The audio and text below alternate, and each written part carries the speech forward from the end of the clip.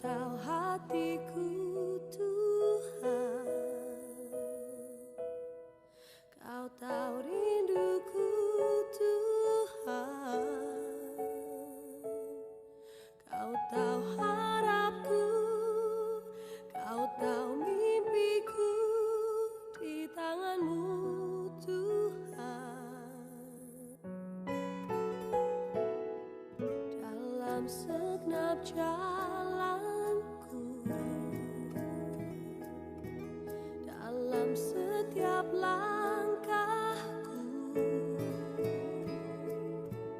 hanya Kau Tuhan yang ku andalkan menghadapi semua.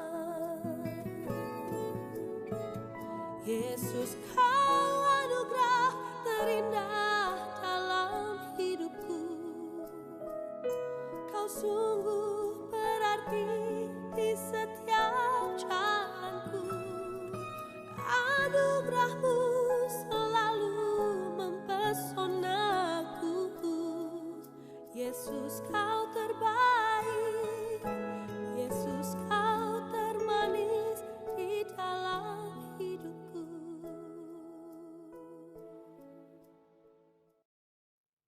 Baik, selamat pagi. Salam sukacita dan damai sejahtera bagi kita sekalian di rumah kita masing-masing. Hari ini kita bersama-sama akan menghayati pemaknaan kita terhadap Jumat Agung. Setelah hari kemarin kita memperingati Kamis Putih, hari ini kita bersama-sama akan melihat bagaimana kelanjutan dari pemaknaan Kamis Putih itu menuju kepada peristiwa besar yang terjadi di Jumat Agung itu. Sebelum kita mendengarkan firman Tuhan, mari kita doa. Bapa kami di sorga, kami bersyukur bahwa Engkau mengaruniakan hari ini kepada kami untuk memaknai peristiwa yang terjadi di Jumat Agung itu. Kematian Yesus di kayu salib.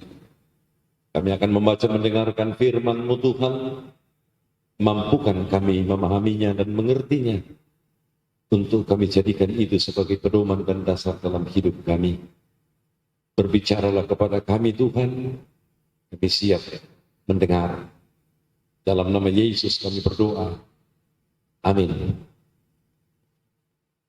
Bacaan utama dalam peringatan Jumat Agung pada hari ini terangkat dari Injil Yohanes pasal 19 ayat 28 sampai ayat yang ke-37.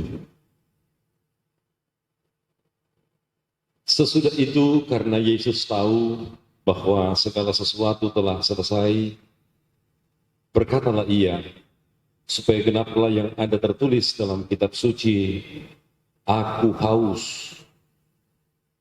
Di situ ada suatu bekas penuh anggur asam. Maka mereka mencucukkan bunga karang yang telah dicelupkan dalam anggur asam pada sebatang hisop, lalu mengunjukkannya ke mulut Yesus. Sesudah Yesus meminum anggur asam itu, berkatalah ia, sudah selesai. Lalu ia menundukkan kepalanya dan menyerahkan nyawanya. Karena hari itu hari persiapan dan supaya pada hari Sabat mayat-mayat itu tidak tinggal tergantung pada kayu salib, sebab Sabat itu adalah hari yang besar. Maka datanglah orang-orang Yahudi kepada Pilatus dan meminta kepadanya supaya kaki orang-orang itu dipatahkan dan mayat-mayatnya diturunkan. Maka datanglah prajurit-prajurit lalu mematahkan kaki orang yang pertama dan kaki orang yang lain yang disalibkan bersama-sama dengan Yesus. Tetapi ketika mereka sampai kepada Yesus dan melihat bahwa ia telah mati, mereka tidak mematahkan kakinya. Tetapi seorang dari antara prajurit itu menikam lambungnya dengan tombak dan segera mengalir keluar darah dan air. Dan orang yang melihat hal itu sendiri yang memberikan kesaksian ini, dan kesaksiannya benar, dan ia tahu bahwa ia mengatakan kebenaran supaya kamu juga percaya. Sebab hal itu terjadi supaya genaplah yang tertulis dalam kitab suci. Tidak ada tulangnya yang akan dipatahkan, dan ada pula nas yang mengatakan mereka akan memandang kepada Dia yang telah mereka tikam. Amin. Saudara-saudara yang sama dikasihi di dalam nama Tuhan, jika pada kesempatan ini kita bertanya kepada diri kita masing-masing, maukah kita mendapat jaminan pasti tentang kebahagiaan kita selama kita hidup di dunia ini, dan terlebih maukah kita mendapatkan jaminan keselamatan sesudah kita mati atau tidak ada lagi di dalam dunia ini? Saya pikir semua orang dan semua kita akan menjawab ya. Tetapi ternyata saudara-saudara, untuk mendapatkan kepastian dua hal tersebut tidaklah mudah. Bahkan dengan memakai kekuatan kita sendiri sebagai manusia biasa yang telah berdosa, hampir-hampir dikatakan bahwa, dan bukan hanya hampir, tapi dapat dikatakan bahwa mustahil apabila kebahagiaan hidup kita di dunia ini, apalagi jaminan kekekalan, keselamatan yang sempurna, kita bisa mendapatkan itu dengan kekuatan kita sebagai manusia sehebat apapun kita. Dalam artian bahwa kebahagiaan yang sempurna itu dan jaminan tentang keselamatan sesudah kita mati adalah hal-hal yang tidak dapat kita jangkau. Dan oleh karena itu firman Tuhan bacaan utama kita hari ini di Jumat Agung ini memberikan pemaknaan yang luar biasa kepada kita. Saya membacakan mulai dari ayat yang pertama kita baca tadi, ayat yang ke-28. Sesudah itu, karena Yesus tahu bahwa segala sesuatu telah selesai, berkatalah ia, supaya genaplah yang ada tertulis dalam kitab suci, aku haus. Perkataan tentang aku haus, salah satu bagian perkataan Yesus yang terakhir di kayu salib. Perkataan yang sangat pendek, tetapi tentu memiliki arti yang sangat penting untuk kita pahami di Jumat Agung ini. Kalau kita perhatikan Alkitab kita masing-masing, maka ada di bawah Alkitab kita itu catatan kecil, ayat 28 Injil Yohanes pasal 19, itu pula terdapat di Mazmur pasal 22 ayat 16, dan Mazmur 69 ayat yang ke-22. Saya ingin membacakan bagian ini bagi kita semua. Pertama dari Mazmur.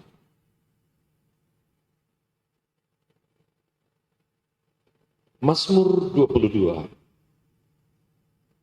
Dikatakan di sana, saudara, kekuatanku kering seperti beling, lidahku melekat pada langit-langit mulutku, dan dalam debu maut kau letakkan aku.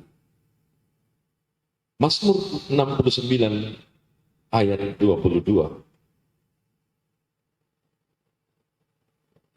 Bahkan Mereka memberi aku makan racun, dan pada waktu aku haus, mereka memberi aku minum anggur asam. Pas sekali keadaan yang dialami Yesus di hari-hari atau di saat-saat terakhirnya, saat-saat terakhir hidupnya di kayu salib, dengan apa yang dialami oleh pemazmur dalam 2 bagian tadi. Kalau kita kembali ke apa yang dialami oleh pemazmur, maka kita dapat menentukan bahwa di kedua bagian mazmur itu, mazmur sementara mengalami penderitaan, pergumulan yang seharusnya pergumulan itu tidak dialaminya. Pergumulan yang dialami pemazmur adalah sebuah pergumulan dan penderitaan yang betul-betul menyiksa dirinya, oleh karena seharusnya, seperti yang saya katakan tadi, pergumulan penderitaan itu tidak seharusnya dia alami. Apalagi kalau kita melihat Yesus. Dia ada di kayu salib itu dan sebelumnya telah menjalani penderitaan, olok-olok dan pergumulan yang lain. Bukan karena kesalahannya, tetapi karena kesalahan manusia, dosa manusia.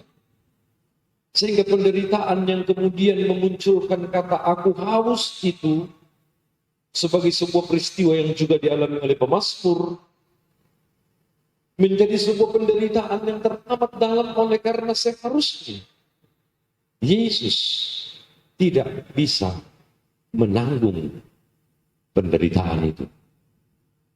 Bukan tidak bisa, tetapi tidak seharusnya, dan bukan Yesus orang yang sebenarnya yang harus menanggung penderitaan itu. Kitalah, manusialah yang harus menanggung itu. Untuk kita pahami kemudian, saudara-saudara, bahwa akibat dari dosa kita itu sungguh-sungguh membuat pemazmur dan bahkan Yesus tidak sanggup untuk mengalami bagian dari penderitaan itu. Saudara-saudara, dalam bagian perkataan Yesus itu, Yesus ingin memaknai bahwa penderitaan dan duka cita yang dialaminya adalah sesuatu yang diperkenankan Allah untuk dialaminya, dan dia teguh dalam prinsip untuk tetap mengalami itu. Mengapa? Karena dengan mengalami itulah keselamatan yang sempurna menjadi bagian kepada seluruh umat manusia. Saudara, kadangkala kita memahami bahwa Allah menempatkan kita di dalam bagian di mana kita menderita dan bergumul. Seringkali kita tiba pada kenyataan bahwa Allah menempatkan kita dalam bagian-bagian tersulit dalam kehidupan kita. Bukan karena Allah tidak mengasihi kita. Bukan karena Allah itu sangat memurkai dan membenci kita, sehingga berkenan untuk menempatkan kita dalam saat-saat dan masa-masa sulit di mana kita menderita seperti itu. Mengapa? Karena kenyataan bahwa obat yang paling pahit sekalipun, kadangkala obat itulah yang sangat berguna untuk menyembuhkan penyakit manusia yang sangat besar. Demikian dengan peran Allah dalam bagian itu. Kita mengalami penderitaan, kita mengalami pergumulan, dan ada dalam suasana itu seringkali bukan karena Allah itu jahat kepada kita, tetapi karena Allah justru sangat mengasihi kita. Karena sepahit apapun jalan kehidupan kita, Allah ada di sana. Sehingga dalam perikop pembacaan kita tadi kita dapat membaca dan meneruskan pemahaman itu dengan merenungkan kembali ayat firman Tuhan itu. Bahwa Yesus tahu semua ini sudahlah selesai. Atau bahkan setelah dia mengatakan, aku haus, lalu kemudian mereka, prajurit-prajurit itu mencucukkan bunga karang yang telah dicelupkan dalam anggur asam pada sebatang hisop, lalu mengunjukkannya ke mulut Yesus sebagai minuman. Kalimat terakhir dari Yesus sebelum dia menyerahkan nyawanya itu apa? Sudah selesai. Artinya apa, saudara? Bahwa sekalipun Allah menempatkan kita dalam bagian-bagian tersulit dalam hidup kita, tetapi ingat, Yesus pernah mengalami penderitaan itu untuk kita. Yesus sudah mengatakan, sudah selesai. Sehingga kita dapat mengerti sekarang bahwa sekalipun pada akhirnya kita mengalami pergumulan, tantangan hidup yang berat dalam kehidupan kita, kita meyakini bahwa Yesus pernah mengalami itu juga dan Yesus selesai dengan itu. Saya ingin mengatakan kepada kita melalui bagian firman Tuhan itu, bahwa di dalam iman kita kepada Yesus Kristus tidak ada penderitaan yang tidak ada ujungnya. Tidak ada pergumulan yang tidak bisa berakhir. Di dalam Tuhan, kita sanggup untuk mengalami penderitaan dan pergumulan apapun, karena Yesus telah melampaui dan menyatakan selesai dengan bagian-bagian tersebut. Bahkan kemudian selanjutnya, saudara-saudara, dikatakan bahwa ketika Yesus mengatakan pada akhirnya sebelum dia menyerahkan nyawanya, sudah selesai. Perkataan terakhir ke bawah, lalu ia menundukkan kepalanya dan menyerahkan nyawanya. Saudara-saudara, bagian itu yang sangat penting. Ketika Yesus selesai dalam semua bagian itu sesuai dengan kehendak Allah bagi dirinya, untuk menyatakan kemuliaan Allah melalui jalan penderitaannya itu, apa yang terjadi padanya, pada dirinya pada saat itu? Ia menundukkan kepalanya dan menyerahkan nyawa. Saya selalu berpikir begini, seperti ini Bapak Ibu dan saudara-saudara, bahwa dalam seluruh perjalanan kehidupan kita sebagai orang yang sangat percaya kepada Tuhan di dalam Yesus Kristus, kita bisa kehilangan nyawa di tempat manapun dalam peristiwa apapun. Bahkan sekarang ini kalau kita pikir, banyak sekali orang kehilangan nyawa hanya karena penyakit, hanya karena tiba-tiba seperti itu dan seterusnya. Dan bahkan kalau kita ingat bahwa kehidupan kita di dunia ini tidak ada jaminan bahwa kita aman. Setiap saat kita bisa kehilangan nyawa dengan peristiwa yang mungkin peristiwa kecil saja. Tetapi melihat rangkaian dari proses kehidupan Yesus, ketaatannya kepada pekerjaan Bapa di dalam dirinya, sampai kemudian dia merasakan penderitaan dengan tekun. Bahkan terakhir Alkitab mengatakan, perikop pembacaan kita tadi mengatakan, ia menundukkan kepalanya dan menyerahkan nyawanya. Ini cara mati yang luar biasa di hadapan Tuhan.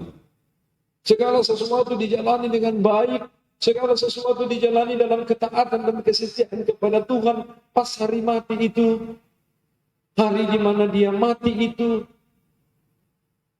dia mati dengan cara yang luar biasa. Dan pasti itu adalah cara mati yang berkenan pula kepada Allah.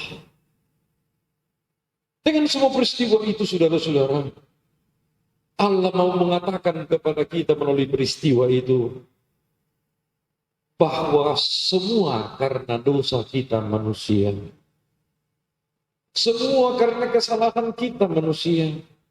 Sehingga penderitaan, pergumulan, duka cita, dan begitu banyak kepahitan dalam kehidupan kita alami dan harus kita alami. Tetapi janji Allah di dalam Yesus Kristus yang menyerahkan dirinya dengan cara yang luar biasa seperti itu di kayu salib juga menjadi kekuatan bagi kita. Sehingga kita tidak hanya berhenti dengan pergumulan kita tidak hanya meratap dengan kekurangan dan keterbatasan kita sebagai orang yang telah berdosa, tetapi di dalam bagian itu pun kita mendapatkan kekuatan pengharapan yang luar biasa bahwa Allah bersedia untuk menyatakan jalan keselamatan kepada kita. Tetapi saudara-saudara, untuk kita ingat bersama bahwa sebenarnya jalan untuk mendapatkan kebahagiaan selama kita hidup, jalan untuk mendapatkan kepastian keselamatan sesudah kita mati, dengan apa yang dialami Yesus, saya ingin mengatakan kepada kita semua bahwa itu semua tidak mudah, tidak gampang untuk kita dapatkan.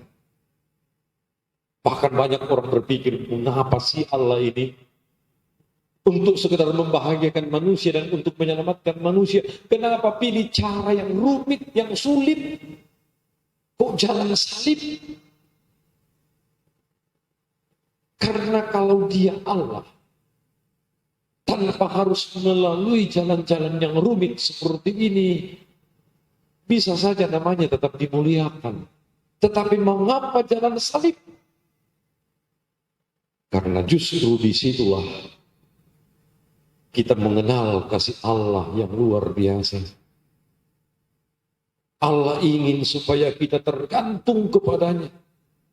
Allah ingin bahwa melalui kematian Yesus di kayu salib di Jumat Agung itu, Allah ingin mengajarkan kepada kita bahwa ternyata kita ini bisa saja tersalib, dan kita ada di kayu salib itu, kita yang berteriak, aku haus, lalu kita pula yang kemudian mati di kayu salib itu. Tetapi Allah di dalam diri Yesus Kristus mau mengatakan kepada kita, tidak. Bagian tersulitnya saudara-saudara adalah ketika kita masih hidup sekarang ini, lalu kita mau menceritakan kepada semua orang tentang kehidupan iman kita di dalam Yesus Kristus yang mati di kayu salib. Ini berat saudara-saudara.